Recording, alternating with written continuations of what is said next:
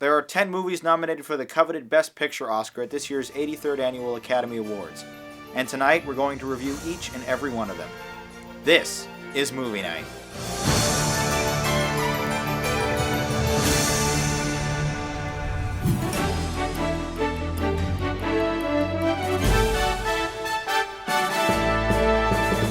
Hello and welcome to a special Oscar edition of Movie Night. I'm your host, Jonathan Paula. And for the first time since I can remember, I finally had the opportunity to watch all of the Best Picture nominees prior to the award ceremony, which has been even harder lately since the Academy expanded the field from 5 movies to 10 last year. Tonight we'll be taking a look at all of them, first with a condensed review from myself, followed up by 2 comment reviews from you. At the end of the video, I'll be making my prediction for which movie I think should win Best Picture, and which movie I think will win at the 83rd Annual Academy Awards that airs live tomorrow night on ABC. But let's not waste any more time and start reviewing these Best Pictures from 2010, starting off in alphabetical order with 127 Hours. Directed by Oscar winner Danny Boyle, this film is the incredible true-to-life story of Aron Ralston, a 20-something hiker who finds himself literally between a rock and a hard place when he traps his right arm under a boulder following an accident in the Moab region of Utah. Much has already been said about Ralston's incredible story, a man forced to amputate his own arm using a multi-tool to save his own life. But with Boyle's original take on the adventure and James Franco's incredible acting in the lead role, 127 Hours comes alive in ways I didn't think were possible. In a film where everyone already knows the plot and the ending, and one that spends 80% of its time focusing on a single character in an isolated environment, there is excitement and suspense in every scene. This movie is a remarkable journey through Ralston's mind, at the edge of his own life. And although it's easy to blame him for getting himself into this tough spot, it becomes very hard not to tear up in the final scenes where he finally does find rescue. The climactic amputation scene is done rather tastefully, encompassing the right amount of realism and blood to make it believable and dramatic, but not enough to make it gross or uncomfortable. Following in the footsteps of Tom Hanks' performance and nomination in 2000's Castaway, Franco absolutely becomes his character here, and no pun intended, single-handedly carries this movie, taking it from what might have been a badly dramatized documentary to a fully fleshed out Best Picture nominee. 127 Hours, an epic struggle of determination. Now let's take a look at your reviews from the YouTube comments.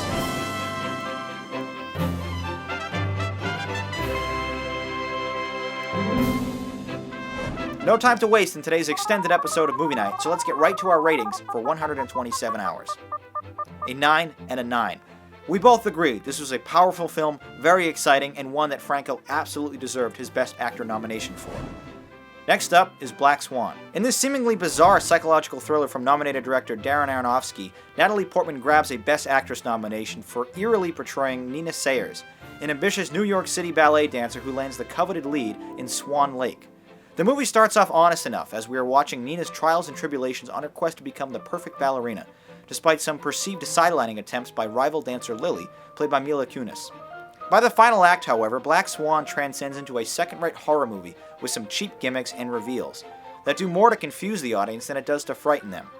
When nearly every other scene is revealed to be merely another one of Sayers' hallucinations, it becomes difficult to root for the characters as you no longer understand what's real and what isn't. Perhaps that is the film's intention, but I for one do not care for the overly zealous approach. In this imaginative world, it's Portman's dedication to her role that is astounding though, and her incredible dual personality is seemingly handled with ease. Black Swan, a disjointed mind-bending thriller.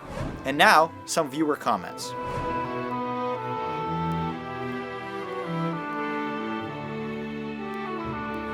Here's the Rate-O-Matic now to show us how we both rated Black Swan.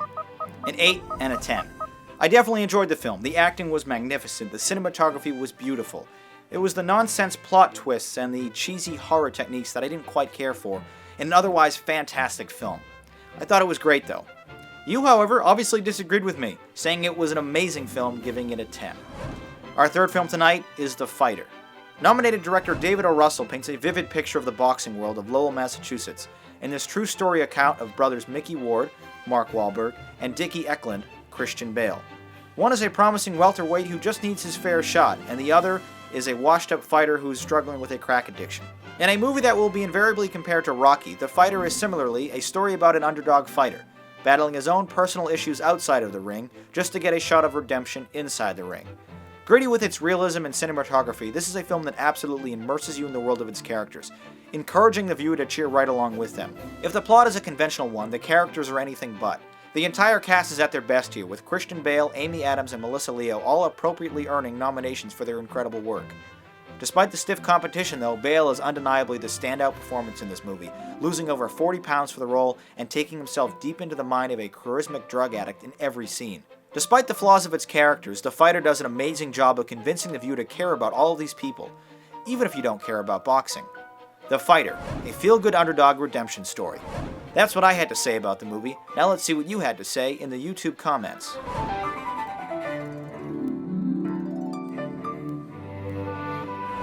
Time to rate The Fighter. A 9 and an 8. Maybe it's just because I have a soft spot for underdog stories, or perhaps because Bale's performance completely won me over, but I scored this movie an awesome. You agreed, praising this movie for being much more than your average boxing movie, giving it a great. Our next Best Picture nominee tonight is Inception. Christopher Nolan has once again hit a home run, combining all the elements of action, suspense, thriller, and mystery into one amazingly tight-knit film that quite literally defines the word epic. I already reviewed Inception in an earlier episode of Movie Night, so if you'd like to hear my full review, please check out that episode at any time. But to repeat myself a bit, this is a film that completely impresses you with its thought-provoking story and lush landscapes of the protagonist's mind. While none of the characters are terribly memorable or even worth rooting for, the journey here is more about deception and reality than a traditional 3-act structure. This strangely believable motion picture is as exciting as it is unique, and will most certainly be talked about for years to come. Inception, a stimulating thriller with fantastic environments. Now let's read some of your YouTube reviews about Inception.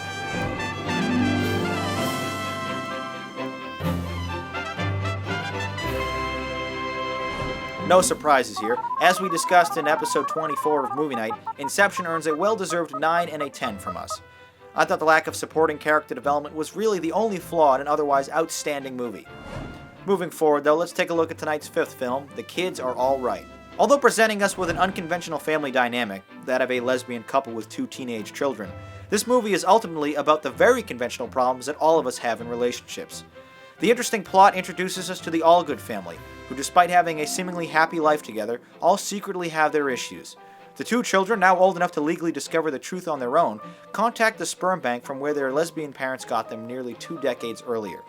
Their sperm donor father, Paul, played by Mark Ruffalo, then slowly becomes part of their lives, hanging out with the children and starting an unlikely romantic relationship with one of the parents. Annette Bening and Julianne Moore both do fantastic jobs as the strong-minded and well-developed parents here.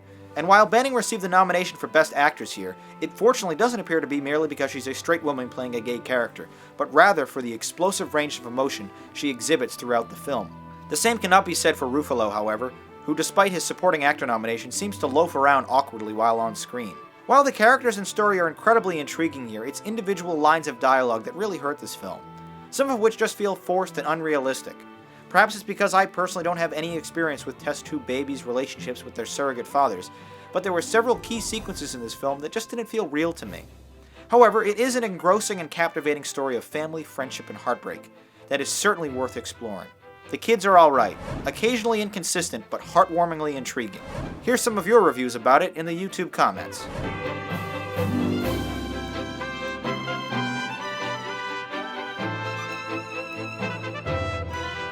The Ratomatic is back, and here's what we thought of The Kids Are All Right.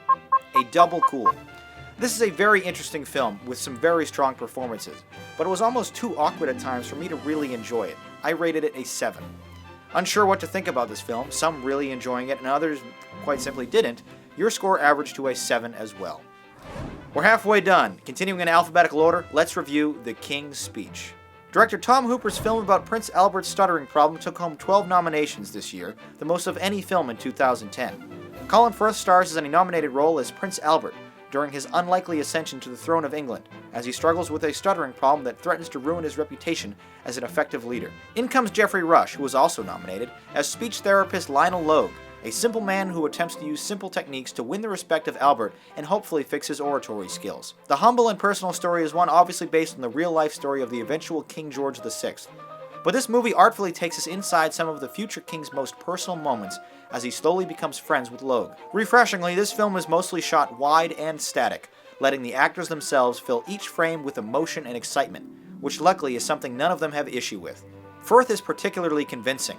The frustration and embarrassment over his stutter felt painfully by the audience in every scene. The movie, sadly though, isn't much more than that, with a good deal of the 118-minute runtime spent directly on Albert and Logue's speech therapy sessions.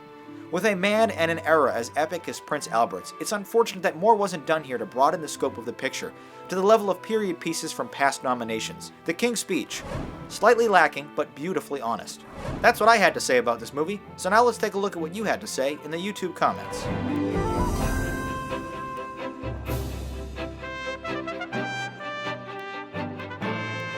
Once again, the Rate-O-Matic, this time for The King's Speech. A great and an awesome. Plain and simple, I thought this was a good movie with amazing acting. I gave it an 8. You agree with me, with many suggesting it'll probably win this year, giving it a 9 out of 10. Our 7th film tonight is The Social Network. Here's another movie that we've already discussed on Movie Night, but let's revisit David Fincher's semi-biographical drama about the group of people behind Facebook. Aaron Sorkin turns in another brilliantly written, but unfortunately overly verbose script that all of the actors carry with ease. The entire film is nothing but talking heads, but it is strangely fascinating and amazingly entertaining.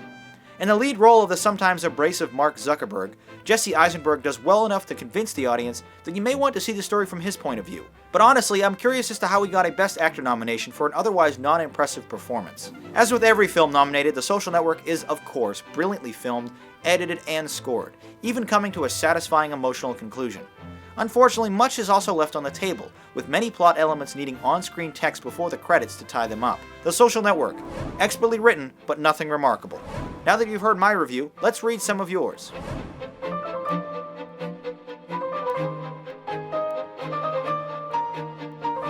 The same ratings we saw from episode 28 of Movie Night, but once again the Rate-O-Matic to remind us how we scored The Social Network. An 8 and a 9. This film was well polished and very entertaining, but at times it felt more like a documentary than a nominated drama. I scored it a great. You love the dialogue and music, rating it an awesome. We'll be right back to take a look at tonight's 8th film, right after this quick commercial break. Welcome back. Toy Story 3 is only the 3rd ever animated movie to be nominated in this category, and surprisingly, it's the first ever sequel to be nominated when its predecessors weren't. Toy Story 3 picks up many years after the last 2 films, but as you'd expect, it's as if they never left. By now, 15 years removed from the original, the classic that redefined Hollywood as the first ever feature-length CGI film, our heroes Woody and Buzz Lightyear are household names. Their adventures of misfortune, discovery, rescue, and love are timeless. This time around, owner Andy is off to college, but that's not before all of his toys are mistakenly donated to a hellish daycare center. Luckily for them, Woody is on the outside and helps stage the greatest prison break type escape in the history of animated movies. While the effects are once again top-notch, the jokes family-friendly and hilarious, the voice acting inspired, the environments creative and exciting, and the characters well-developed and memorable, none of it would matter without an emotional connection. Luckily, that's where this film comes through in spades, with a strong final act that is sure to make even the toughest of men tear up as they watch the adventures of Woody, Buzz, Jessie, Rex, and Potato Head, and the rest of them come to a close for the final time. And although this film is able to recapture the magic of the original, it unfortunately does not recapture its uniqueness. By now, Toy Story is familiar, and not much is done here to really spark new life into the aging series. This is a film that effectively brings us back to our childhood, conjuring up intense feelings of heartfelt nostalgia and family. It is a truly remarkable accomplishment that in just 3 short movies, Pixar has created some of cinema's most enduring and lasting characters. Which is no wonder why Toy Story 3 went on to gross over $1 billion worldwide, making it the highest grossing film of 2010. If you're like me and you grew up loving the originals, the latest installment doesn't disappoint. Toy Story 3, a fun, bittersweet reunion for everyone. Well, those are my thoughts on the movie. Now let's look at some of yours.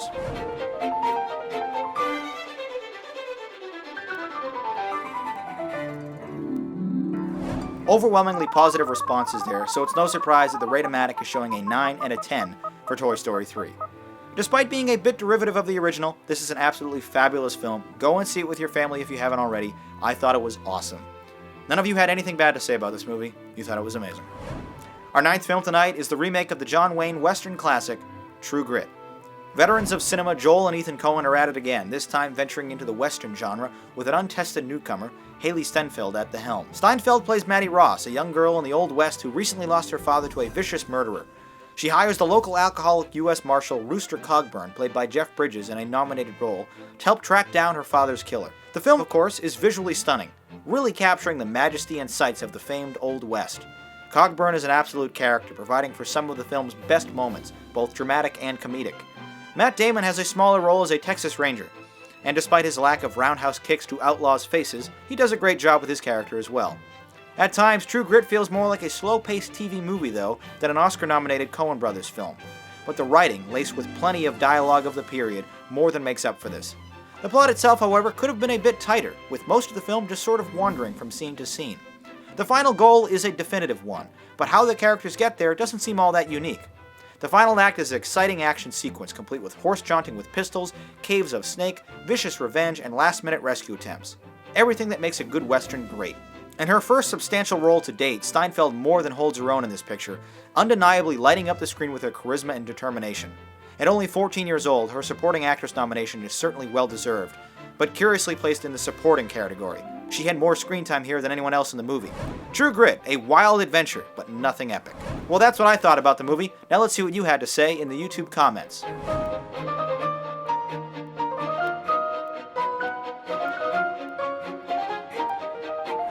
Here comes the Rate-O-Matic now to show us how we scored True Grit. A cool and a great. As seems to be the trend on movie night, I am slightly harsher on the movie than you have been. There are many things about this movie I really enjoyed, but nothing really stood out and wowed me. I scored it a 7 out of 10.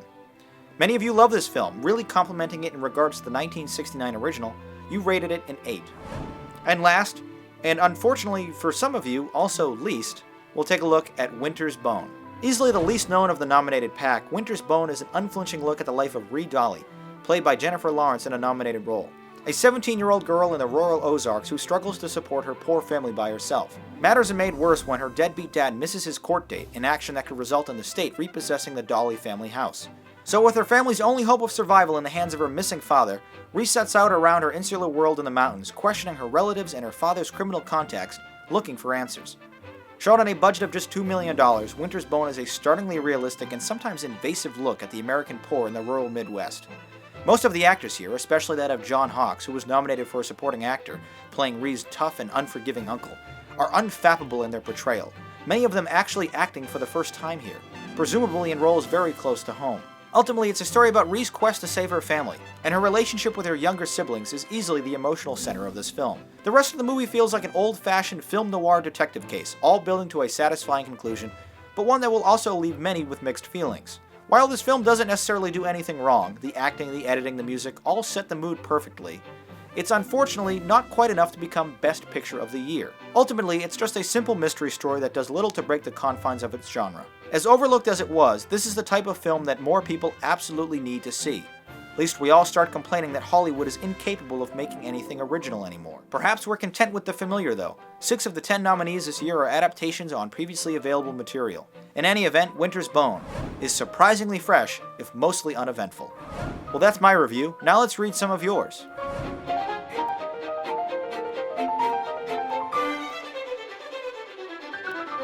For the last time tonight, let's fire up the Rate-O-Matic for Winter's Bone.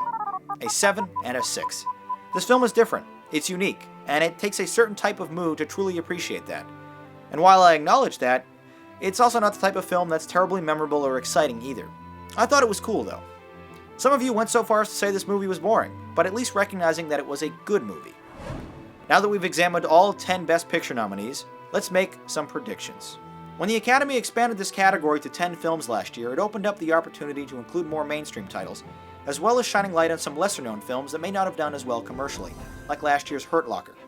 And while this year's selection is a very strong group of films, not a single one of them really jumped out at me. You may have noticed I didn't give any of them a 10.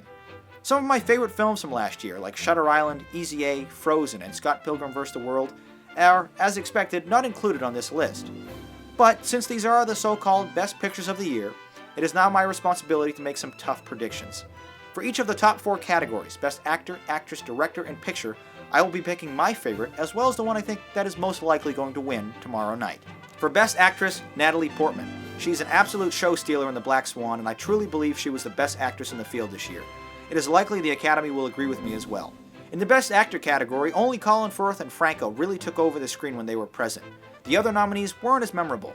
And while I'm sure Colin Firth will take home the Oscar, my personal pick has to go to Franco, who really carried the entire movie on his back. Best Director is a very difficult category to predict, but I'm going to wager a guess that Tom Hooper will win for King's Speech. Despite some of its rather trite horror sequences, I personally felt Darren Aronofsky's job with The Black Swan was this year's best, and by far the most inventive. And finally, for the biggest award in all of cinema, the coveted Best Picture Oscar, I personally had difficulty selecting my favorite from this field, it being a toss-up between Inception, 127 Hours, or The Fighter. When pressed though, I believe that Inception deserves to win. It's the only film in recent memory that when finished made me immediately want to watch it again for the second time. Brazenly original and intriguing, it's also the only film from 2010 that I've already purchased on Blu-ray. The Academy, however, will likely choose The King's Speech. It's the safe vote for them, a traditional period piece with established actors that is enough to earn 12 nominations, but not quite enough to break the mold. In any event, wrong or right, I hope you are just as eagerly awaiting the Academy Awards as I am. I will be live tweeting the entire evening, posting my immediate reactions, and of course snide comments, so I encourage you to follow me on Facebook or Twitter to be part of the conversation. Following the conclusion of the ceremony, I will also be posting an episode of The World According to John, about my thoughts and reactions to the Oscars, so make sure to subscribe to my second channel if you'd like to see that video when it's posted. But for now, that does it for my reviews and predictions on these Oscars. Now let's take a look at what's currently playing in theaters with some tweet critiques.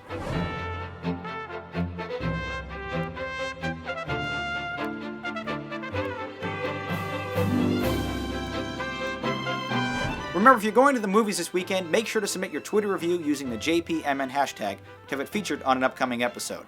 Next week, we'll be taking a look at two brand new DVD releases.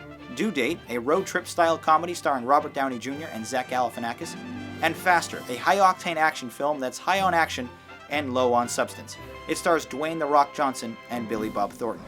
As always, I encourage you to buy, rent, or download these films before next week's episode, and let me know what you think about them by voting in the polls below or by leaving a comment review. Once again, my name is Jonathan Paula. Thank you for watching Movie Night. Have a great time watching the Oscars this weekend. I hope to see you right back here next Friday.